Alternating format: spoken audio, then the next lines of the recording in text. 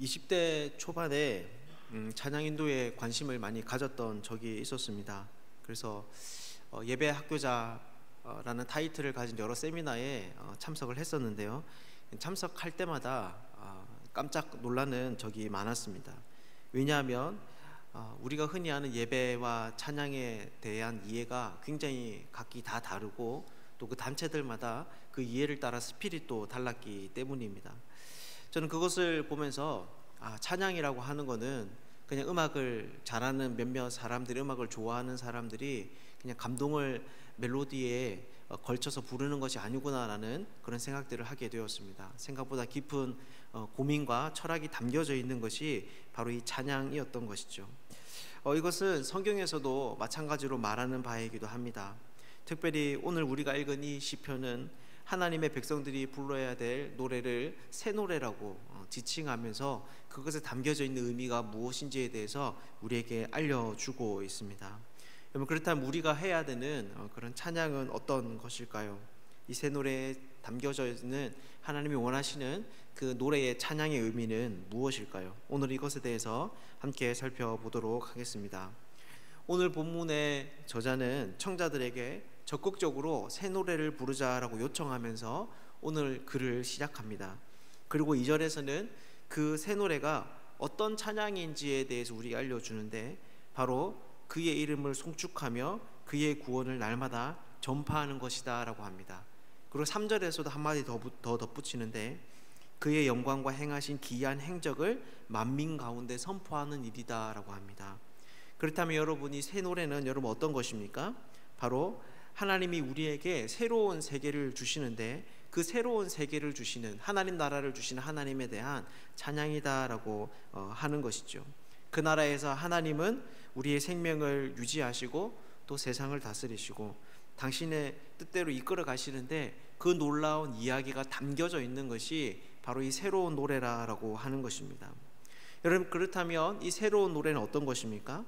바로 하나님의 백성들만이 부를 수 있는 것입니다. 아무리 노래를 잘한다고 해서 또 아무리 음악에 탁월한 재능이 있다고 해서 있다고 해도 옛 질서, 이 타락한 사람들이 속해 있는 그 나라에 속해 있는 사람들은 이 노래를 부를 수가 없는 것이죠. 왜냐하면 그들에게는 새로운 세상에 대한 실체가 없기 때문입니다. 그래서 새 노래를 부르는 것은 성도의 특권이고 또 성도의 자랑입니다. 사랑하는 여러분, 여러분들은 어떻습니까? 여러분들의 찬양에는 바로 이런 하나님의 행하신 일에 대한 그 기대와 감격이 담겨져 있습니까?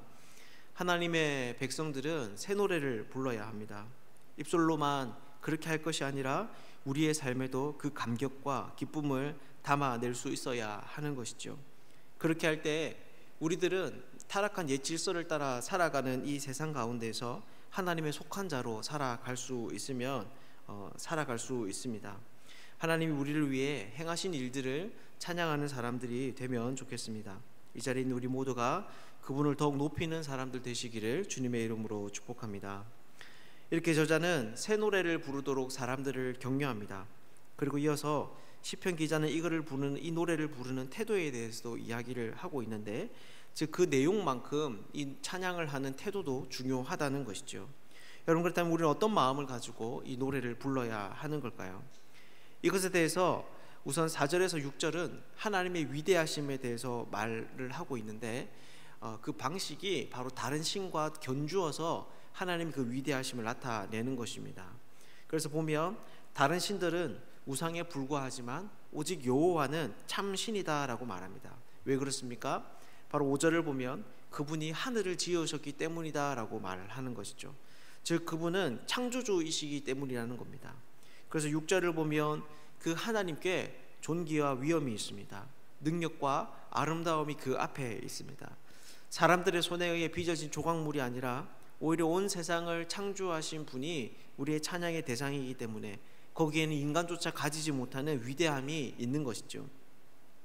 그리고 나서 저자는 어떻게 그분을 예배할 것인지에 대해서 말을 합니다. 우선 7절을 보면 그 찬양을 부를 대상을 모든 만국의 족속들아라고 말을 하고 있습니다.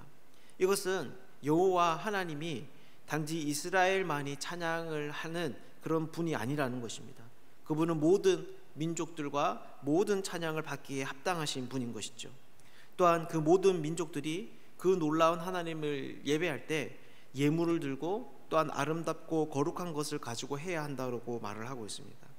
이것은 인간이 가질 수 있는 가장 아름다운 것을 의미하는 것 같습니다. 왜냐하면 여기에서 아름답다라고 하는 것은 웅장하거나 화려한 특성을 의미하는 것이고, 거룩함이라고 하는 것은 어떤 목적을 위해서 구별된 것을 의미하기 때문입니다. 즉 인간은 하나님을 대할 때 가장 고귀하고 귀한 것으로 그분께 드려야 하는 것이죠. 또한 오늘 본문을 보면 이런 하나님을 향한 예배의 태도를 떤다라고 표현하는데, 여기에서 떤다라고 하는 것은 두려움 때문에 생기는 반응이 아니라 위대한 존재 앞에서 느끼는 전율을 의미합니다. 그렇다면 결국 여러분, 저자가 하는 말이 여러분 무엇입니까? 바로 이 새 노래를 부를 때 우리는 하나님에 대한 이해에 합당하게 부를 수 있어야 된다는 것입니다. 그분이 우리가 아는 대로 인간과 비교할 수 없는 창조주의 위치에 합당하게 모든 민족과 나라들이 그 위대한 존재 앞에서 자신의 가장 귀한 것으로 그분께 드려야 한다는 것이죠. 사랑하는 여러분, 만약 우리가 하나님을 안다고 하면서도 내 기분에 따라서 그분에 대한 우리의 찬양의 태도가 달라진다면 그것은 하나님을 존귀하게 여기는 것이 아닙니다. 왜냐하면 결코 사람들은 자기가 진정으로 귀하다고 생각하는 사람, 중요하다고 생각하는 사람을 자신의 기분에 따라 대하지 않기 때문입니다. 오직 내게 편한 존재들만, 그래서 내가 어떻게 할 수 있는 그 대상들만 자신의 기분에 따라 사람을 대하는 것이죠. 여러분들은 어떻습니까? 여러분들은 정말 입술이 고백하는 대로 하나님을 그렇게 찬양하고 있습니까? 그 찬양의 가사에 합당하게 오늘도 우리가 천지를 지으신 하나님에 대해서 방금 찬송을 했는데 그것에 합당하게 정말 모든 존귀와 영광을 그분께 돌리고 있습니까? 하나님은 창조주이십니다. 또한 우리의 구원자이십니다. 우리가 주님을 찬양할 때 전심으로 노래할 수 있는 사람들이 되면 좋겠습니다. 우리의 고백과 우리의 태도가 하나님 앞에 연락되는 노래를 할 수 있는 복된 사람들 되시기를 주님의 이름으로 축복합니다. 한 가지 더 살펴보겠습니다. 이렇게 저자는 새 노래는 우리가 무엇을 노래해야 하는지 또 어떻게 해야 하는지에 대해서 알려주며 한 가지를 더 덧붙이고 있습니다. 바로 왜 우리가 노래해야 하는가라는 것입니다.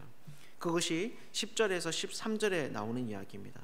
우선 10절을 보면 저자가 가지고 있는 세 가지 확신이 나타나 있습니다. 제가 10절을 한번 읽어드리겠습니다. 모든 나라 가운데서 이르기를 여호와께서 다스리시니 세계가 굳게 서고 흔들리지 않으리라. 그가 만민을 공평하게 심판하시리라 할지로다. 아멘. 네, 여기에 보면 나오는 그 세 가지의 확신이 무엇입니까? 첫 번째가 여호와께서 다스리신다라는 것입니다. 이 세상은 아무런 질서 없이 흘러가거나 사탄이 다스려 악한 결말을 향해 치닫는 그런 막장 드라마가 아니라 분명 여호와 하나님께서 다스리시는 장소다라는 것이죠. 그리고 두 번째 가지고 있는 확신은 그래서 이 세상은 굳게 서고 흔들리지 않는다라는 것입니다. 하나님께서 전지전능하시기 때문에 그분이 다스리는 이 세상은 전혀 문제없이 운영된다라는 것이죠. 우리가 뉴스를 보면 가끔 어떤 혜성이 지구와 충돌할 수 있다. 어떤 혜성이 지구 근처에 오면 그 영향으로 지구의 자전과 공전이 깨어져 큰 재앙이 닥칠 수 있다. 이런 이야기를 하는데 실제 하나님이 다스리시는 이 세상은 그런 면에 있어서 우리에게 분명한 안도감을 안겨줍니다. 왜냐하면 그분이 다스리는 세상은 전혀 그럴 일이 없다고 시편 기자가 말을 하고 있는 것이죠. 또한 세 번째로 가지고 있는 확신은 그가 만민을 공평하게 심판하실 것이다 라는 것입니다. 즉 하나님이 다스리는 그 세상은 완전하게 정의가 실현되는 것이죠. 그렇다면 여러분 이것이 무슨 말입니까? 바로 하나님이야말로 온 세상을 다스리시는 진정한 주권자이시다라는 것입니다. 그래서 그분의 통치 안에 있을 때 이 세상은 가장 이상적이며 완전한 것인 거죠. 그래서 그분이 오시면 어떻게 됩니까? 11절 12절에 대해서 12절에서 그렇게 말을 하고 있는데 이것도 제가 한번 읽어드리겠습니다. 하늘은 기뻐하고 땅은 즐거워하며 바다와 거기 충만한 것이 외치고 밭과 그 가운데 있는 모든 것은 즐거워할지로다. 그때 숲의 모든 나무들이 여호와 앞에서 즐거이 노래하리니. 아멘. 네, 여기에 보면 하나님이 오시면 즐거워하는 대상들이 있습니다. 그것이 누구입니까? 하늘과 땅, 바다, 거기 충만한 것, 밭, 그 가운데 있는 모든 것, 숲의 모든 나무입니다. 그런데 눈치가 빠른 분들은 보시면 알겠지만 여기에 중요한 존재가 빠져 있습니다. 바로 인간이 여기에 빠져 있습니다. 왜 그렇겠습니까? 바로 인간이 죄악으로 인해서 이 피조 세계를 망쳐놓고 있기 때문입니다. 악한 욕심에 인간은 하나님의 선한 의지를 따라 세상을 다스리는 것이 아니라 쉽게 착취하고 망가뜨리는 거죠. 그런데 이것이 여러분 무슨 말입니까? 바로 하나님께서는 인간이 어떻게 보면 그분이 오셔서 하시는 심판의 척결의 대상이 된다는 것입니다. 그래서 그 나머지 존재들, 인간을 제외한 존재들이 기뻐하고 행복해하는 것이죠. 이것은 13절도 마찬가지입니다. 13절은 그분이 다시 오실 때 의와 진실함으로 백성을 심판하신다라고 합니다. 이때 의와 진실함은 공정한 판사가 판결을 내릴 때 가지는 덕목입니다. 즉 하나님은 이 세상을 바르게 이끌어 가시는 분이다라는 것이죠. 그렇다면 결국 시편 저자는 왜 우리가 노래해야 된다고 말을 하고 있는 겁니까? 왜 우리가 그분께 찬양해야 된다고 말을 하는 겁니까? 바로 그분의 통치가 완전하기 때문입니다. 그분의 다스림은 온 세상의 모든 깨어짐을 회복하고 우리의 모든 아픔을 위로하고 완전한 행복과 온전함을 선물해 주기 때문이죠. 그렇기에 우리는 그 통치 안에서 복되고 즐거울 수밖에 없다는 것입니다. 저자의 찬양에 대한 요청은 바로 그런 인생에 대한 기쁨을 표현하기를 원하는 것입니다. 말씀을 맺겠습니다. 이렇게 오늘 시인은 청중들에게 함께 새 노래를 부를 것에 대해서 요청합니다. 부패한 욕심을 따라서 사단의 공중 잡은 자 노릇하는 그 질서를 흠모하는 사람들에게, 하나님이 행하신 일을 노래하면서 감동 없이 습관적으로 읊조리는 사람들에게, 살아계신 하나님을 마치 우리의 소원을 위한 도구로 여기는 사람들에게 새로운 세상의 주인이신 그분께 합당한 존귀와 영광을 드리라고 요청하고 있는 것이죠. 우리가 오늘 이 시인의 이야기를 마음에 잘 담을 수 있으면 좋겠습니다. 그래서 그가 말하는 감동이 우리의 감동이 되고 또 다른 이들을 함께 그 벅찬 감동에 동참하도록 요청하는 그 열정이 우리의 열정이 되면 좋겠습니다. 오늘 하루도 이 시인처럼 새로운 노래를 부르는 그런 복된 사람들 되시기를 주님의 이름으로 축복합니다.